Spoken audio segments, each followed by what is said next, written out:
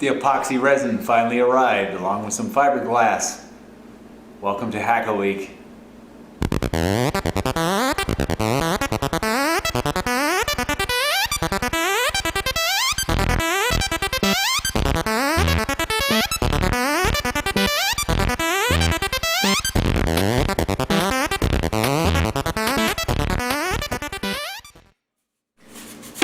So here's that gas tank we've been staring at for weeks and weeks, ready for fiberglass. But you know, it's not all about just throw fiberglass all over this thing and get going. I need to do a little bit of planning because I've got a gas cap that's got to go on here.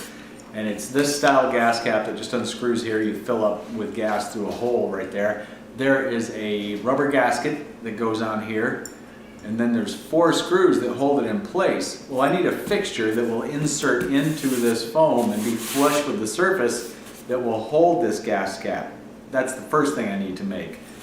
Underside, I have to also fabricate up the fixture for the fuel lines to come out. So before I can start laying up glass all over, those 2 things need to be made.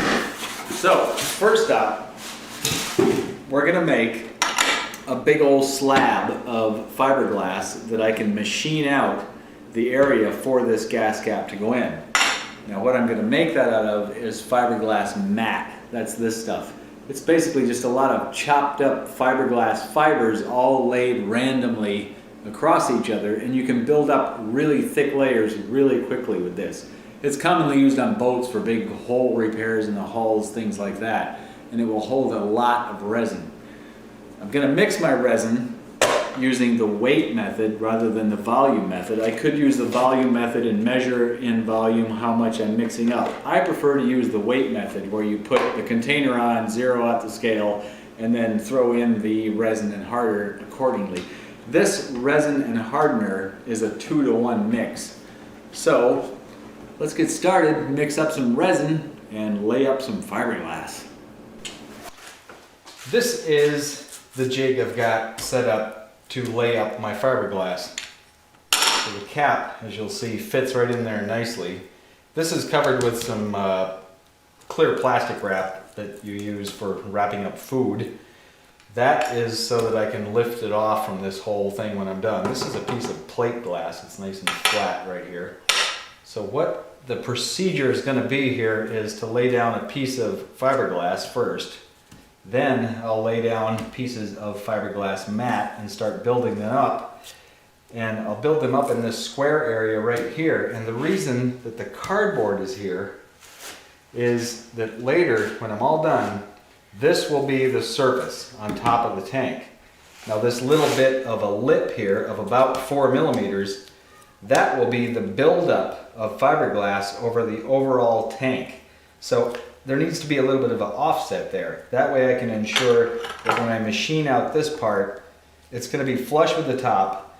Then there'll be a nice layer to bond to that the fiberglass that I wrap the entire tank in can bond to this, and I can stop that right there and blend it in. It'll all make sense a little bit more later on, I hope.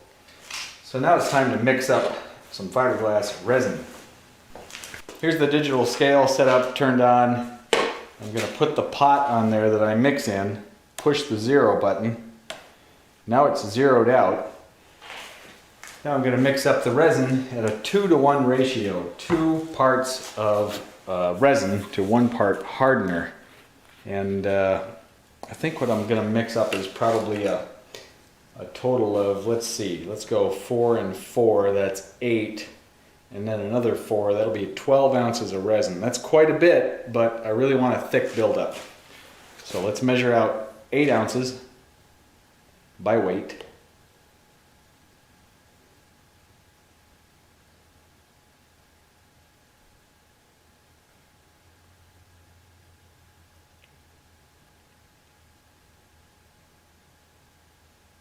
Oop.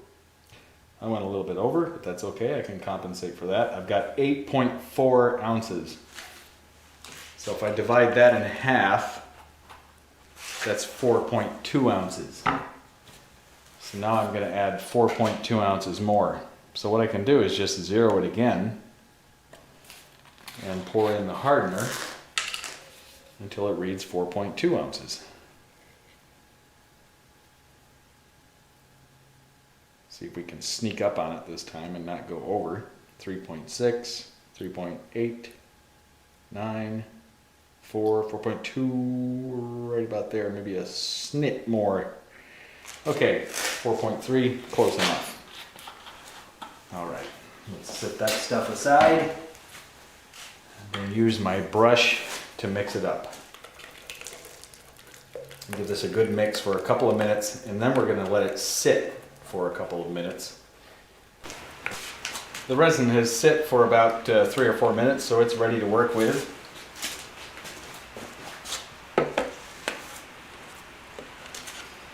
I'm going to put a little bit down in the bottom here first, just to ensure that I get a good wet out on the bottom of my piece of fiberglass. Let's put the fiberglass on first. This is, I think this is 6 ounce, which means that 1 square yard weighs 6 ounces and will usually require 6 ounces of resin to wet out. That's a general rule of thumb anyway.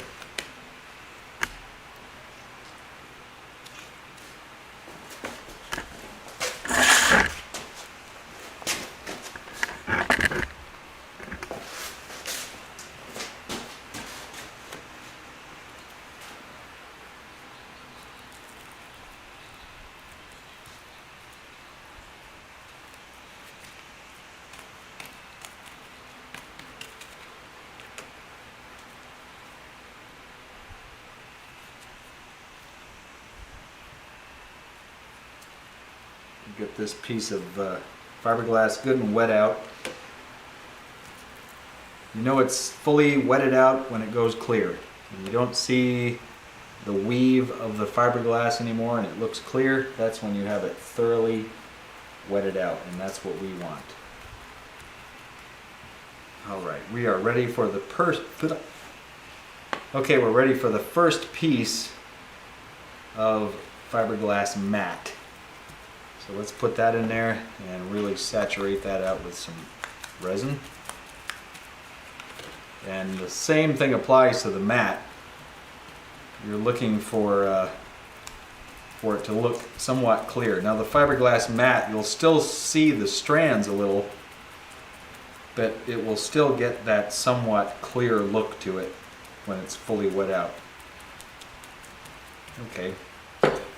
Now we'll put the next layer on, and we're just going to keep doing this until we build up a layer about a ½ an inch thick, or 14, 15 millimeters maybe.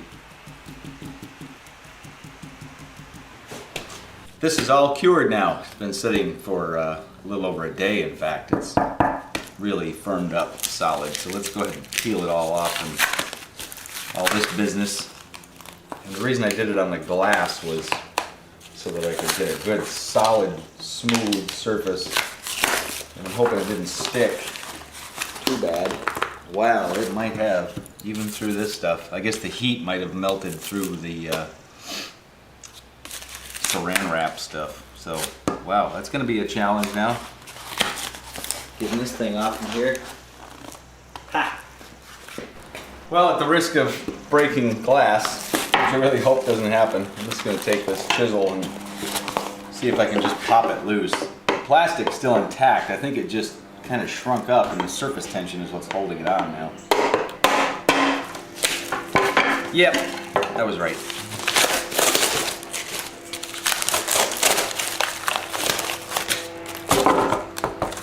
Okay, let's see how well this peels off now. It's stuck pretty good. In fact, it's pretty much bonded itself right to the fiberglass. Wax paper is a pretty good item to use for that. I've used it before. It's going to take some work and probably a heat gun to get this all the way off, but I think I can make it happen.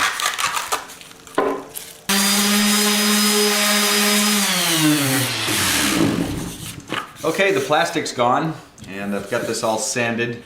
with a little bit of a tooth on it, as in something to bite against for the resin when I laminate this up. The next step is to router this out now, machine it out basically, for the gas cap, because the gas cap has to sit in here and recess down into there, and then there also has to be some anchors for these screws here to go into, and also an area for the gasket to seal on. So in order to do that, I have a router that I'll be using, and just going to be doing this by hand and eyeball. I could do this on some machine equipment where I work, I suppose, but I'm going to give it a shot right here with the router. I've got this jigged up so it can't move around, and one of the first things I want to do is clean up this edge around here, because I've got quite a bit more than I need around the edges, as you can see. So I'll trace out the outline of the fuel cap, and I'm going to remove mostly some of this stuff around the corners with the router.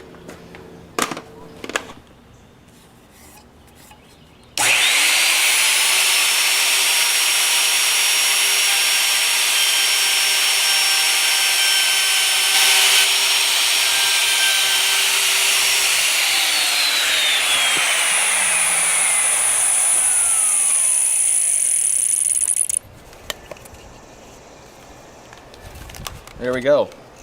Definitely wear a respirator or a dust mask when doing that stuff. Fiberglass fibers, not good to breathe. Now we can move over to the other side and do the machining there. The first cut I need to make is this depth right here, from the top of the tank, which is represented by this table surface. This is as if we're inside the tank looking at the cap from upside down.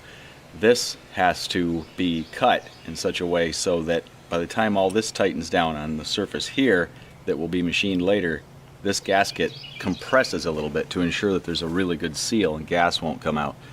I've got a simple depth gauge here that I can use, and if I lower that down to the point where it's just touching the rubber, now that gives me the basic dimension from the top of the inside of the tank, basically the top of the outside, but for the purposes here we're talking about the slab of fiberglass.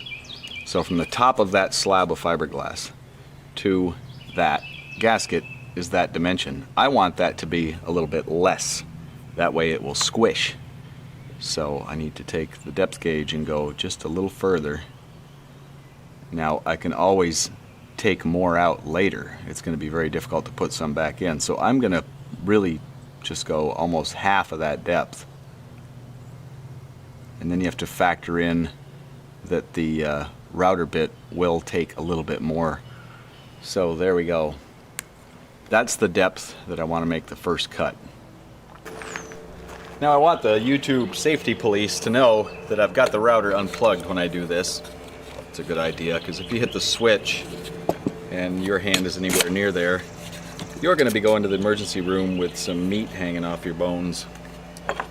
So I can just move the plunge to change the height of this, and this will be a bit tricky because I need to actually get right there on the bit, but if I work diligently here, carefully, I think we can make it happen. Now another method, turn this so you can see it a bit better. Take a piece of flat stock, this is just a chunk of aluminum, and put it right on the router bit. Make sure it's level on there, it's touching both of the cutting flutes, and then go over here and measure and put your depth gauge parallel to that to ensure that you're actually at that depth. And it looks like I'm probably just a little bit less, which is fine. I'm going to make sure that's locked down really good right there, and that should do the trick. Now I'm going to double check everything one more time before I make this cut, because if I screw this up, I've got to put fiberglass back in there again, and that won't make me very happy. So measure that one more time, and take one more look at my gas cap here on the table. and I'm satisfied with that. So now I can make that plunge cut. And I will do that for the entire circumference of this, but I'm not going to go all the way to the outside just yet, because as you can see here, I've got a little bit of margin where these mount holes go. So I can just stay about, 10 millimeters away from the edge for now, because we're only after the center portion. This time around I've got a Tyvek suit on because, man, last time that stuff got on my skin and it's pretty itchy. A little trick to that, by the way, is take some 2-inch wide tape, wrap it around your hand, and you can kind of roll it across your skin and lift off those fibers. Don't rub to try to get glass fibers off you. You're just going to push them into the skin more. So here we go.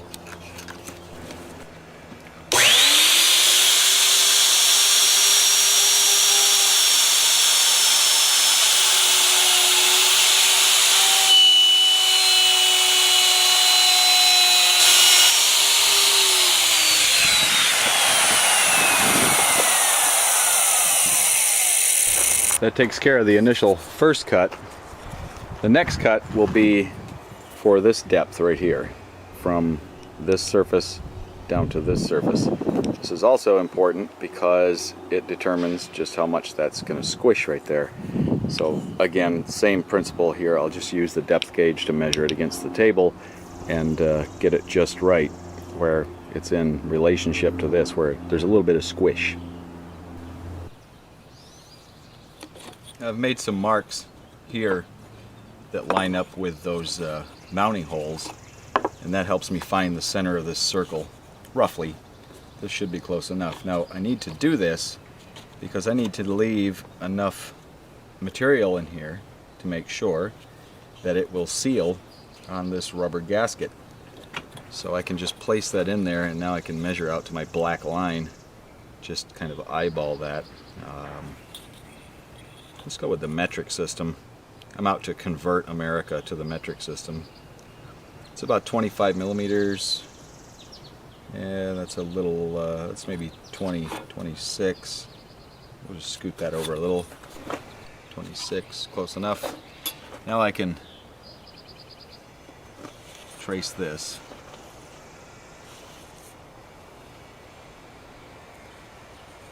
And that will tell me where to stop.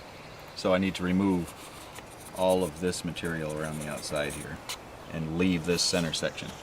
And then later we will cut another hole all the way through the material, and that will serve as the fuel filler area, which is through here.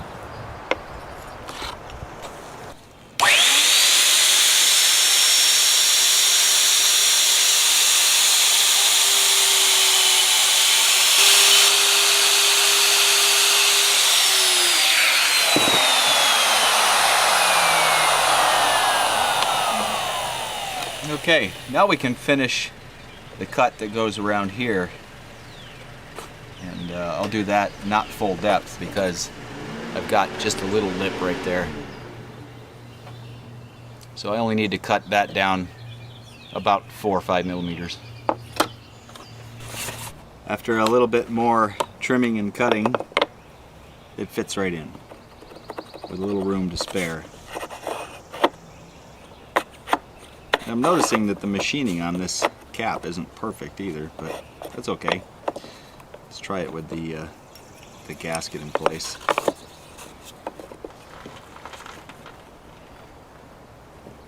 You see, that sets pretty high right now, which is okay. I want it to squish, but I can always go back later and router that center ring just a bit deeper. So for now, that's good enough. I just need to punch that all the way through now so that gas can go in, and when I do that dissolve the inside thing, the acetone will let the foam come out. All right. Let's get a hole punched through here, then I can drill and tap the holes that'll hold the whole gas cap in place.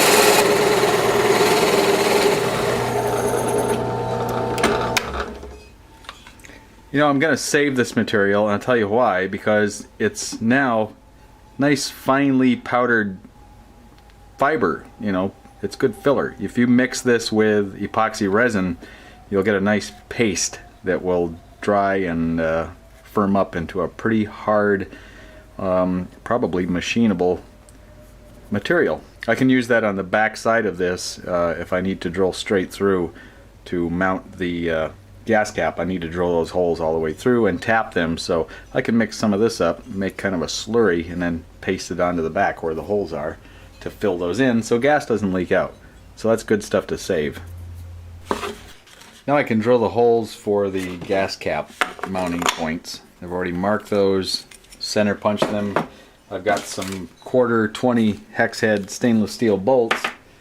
I have a 1/4 20 tap, and the 1/4 20 tap requires a 13/64 drill bit. So let's drill those holes now.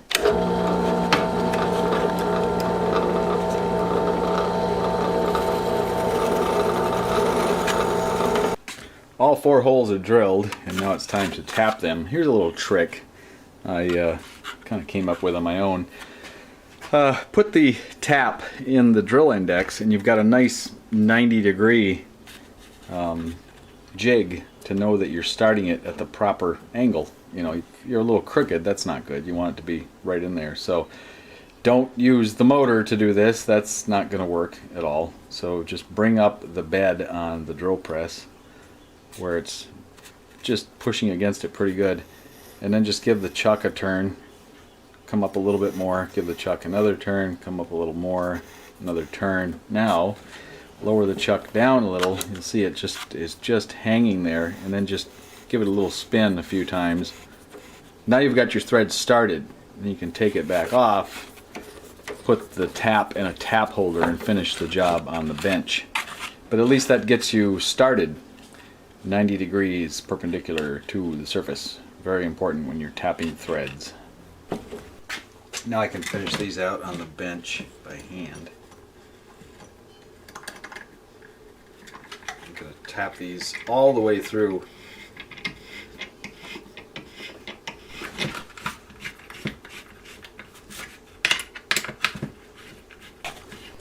But there it is. It looks pretty good. Nice clean mount, stainless steel, so it won't rust. Alright. Now we need to start working on getting this mounted in the tank and sealing up these bottom pieces with that stuff I mentioned earlier so that fuel doesn't leak out through the threads. After a bit more machine work with the router, I trimmed this up a little bit, countersunk this area here for this flange so that it had clearance.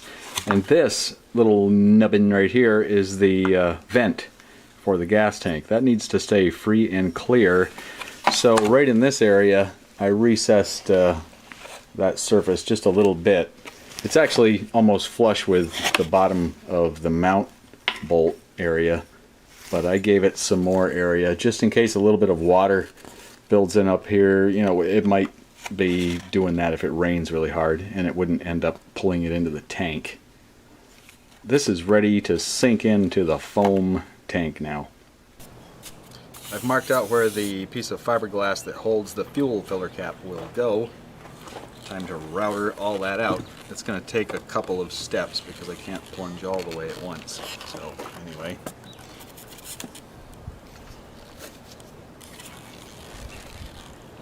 There we go.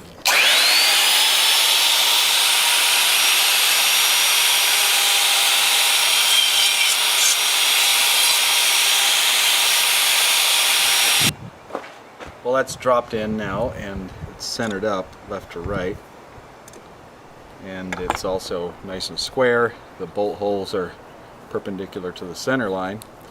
Now I need to router out this portion right here that will countersink down, and I want to drop it down just far enough so that this is even with the surface. Just a little bit high, actually, that way I can build up into it. So it only needs to go down, 5 millimeters at the most. So now I'll trace this outline, and I'll know just where to route it out and drop it down. Alright, let's check that out. Oh yeah, that drops right in there nice. Check the height here. That is pretty much perfect. I love it. That's enough to build up about a 4mm layer on top here, because on this top section I'll probably start out with some of the fiberglass mat that you saw and that I used on this, and then start laying up layers of fiberglass cloth. So there we go. That's pretty much it. As I mentioned earlier, I need to seal these threads from gasoline getting out through them with some of that fiberglass and the ground up fiberglass powder stuff that I'm going to use in there. But I don't want it to stick to the bolt, and if I put that stuff on there, the bolt could potentially bottom out on that in the future as the gasket wears a little. So the solution to that is a candle and some wax and a screwdriver and a little bit of diligence, and dropping just a few drops of wax on the end of this bolt. And what that'll do is create a little cavity filled with wax, because the fiberglass will just go right over the top of that, no problem. It's a bit tricky. And then I can pour a little acetone in there later. That will dissolve most of the wax out of there, and then there'll be a little bit of a cavity left in there for the bolt to go into. Mixing this stuff up, some of that chopped up glass fiber and the resin, it's kind of like cement with the slump thing. When you got it right, that's what it'll do. It'll just hang on a stick and barely fall off. If you mix it thicker, you can actually put it on, vertical surfaces, and it'll stay right there. So I'll just put a little bit of this on each one of these spots. Just a nice little glob of it. Make sure I get good coverage all the way around that little dot of wax. Okay, we're just going to let this sit and cure for a while now. It shouldn't take too long to go, and then once that's done, we can go ahead and bed all of this into the tank. I'm using this epoxy resin, like I think I mentioned earlier in the video about the ethanol and gas. I found a gas station just up the road from my house that actually sells gas without ethanol in it. It's only $3.58 a gallon, which isn't too bad considering it has no ethanol. And that is the stuff that seems to be dissolving the polyester resin in marine applications, gas tanks. I know as a mechanic, auto mechanic, I've noted in some of the older cars, I've seen this happen. Some of the carburetor parts start to dissolve, and it's not good stuff. The epoxy resin, everything I've read about that, it takes much, much, much longer for the ethanol to do any damage to epoxy resin. So I should be pretty good to go on this. And as far as the comments in the past, those YouTube safety police coming out and telling me that a fiberglass tank is completely ridiculous and unsafe. What if it cracks open in a crash, etc., etc. Well, you know what? If you've crashed hard enough to break open your gas tank and have the potential for flames, chances are you've thrown yourself pretty good distance away from the bike anyway. God forbid that ever happens, but if it does, hey, so what? The gas is going to go all over the place, and maybe something might catch on fire. But I've seen accidents where metal tanks broke open and gas got everywhere and started a fire. So I've ridden with fiberglass tanks before. I cracked one open once doing a wheelie across a parking lot. Embarrassing moment. But it just seeped out a little gas, and I patched it up and it was fine. So anyway, enough of that. Well, I've actually made some pretty good progress on that gas tank this week. That machining out that part for the fuel filler cap was quite a job. That's a lot of hours. I spent the better part of today doing that. And I know everyone is anxious for me to get this thing all done and on the road, but it's a lot of time involved when you think about it. I mean, what am I on here? Part 8, 9? I almost lost track. Anyway, each one of these involves up to 8 or 10 hours of my time to actually do the work, shoot the video on the fly, and then do all the editing, everything else. you know, do some math. That's a lot of time, plus my 40-hour-a-week job, plus having a life with my girlfriend who's super supportive in all this. Lisa's awesome.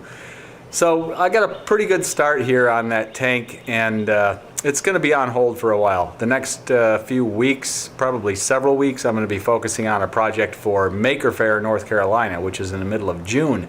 I've got this really crazy robot idea that I'm working on. And my nephew, grandnephew, he came and went. He's now down at Motorcycle Weekend, Motorcycle Week, I guess, in Myrtle Beach this week, having a good time. He'll probably stop by here on the way back. I didn't get this done in time, but there's a reason that I wasn't in such a hurry. And that reason is because, well, a few weeks ago I had a customer that was in the shop, and I did some work on his motorcycle for him, this one in fact, and he wanted to sell it. So, well, I bought it. It's a 2001 K1200 RS. It is one sweet bike, and I've got a bike to ride now, so I'm not under a lot of pressure to get this old girl on the road, and now I can take my time and do some of the things that I really want to do to this bike before I get it out on the road. I really hate that headlight. I hate those gauges. They've got to be totally reworked. I want a round headlight a la Cafe Racer. I want those gauges dropped down.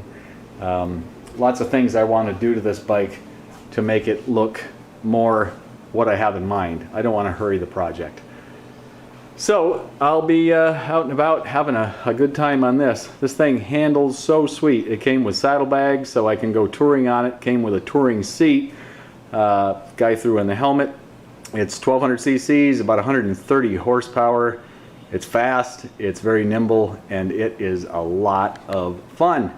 So anyway, that's my new toy and my new transportation at my new job. I'm working at a new shop now. We're doing custom restorations, and we opened up a service facility, and that's my job, is the mechanic at the service facility. It's called Icon Customs LLC. Check them out. Check out the website iconcustomsllc.com. That's my new day job. Anyway, thanks for watching. This series will pick up again. It's just going to be a little while, so hang in there.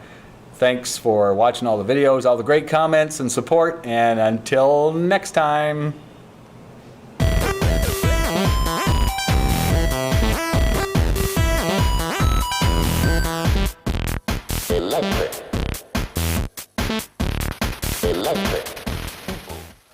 That holds the fuel filler cap. Fuel filler cap what? What do we call that freaking thing?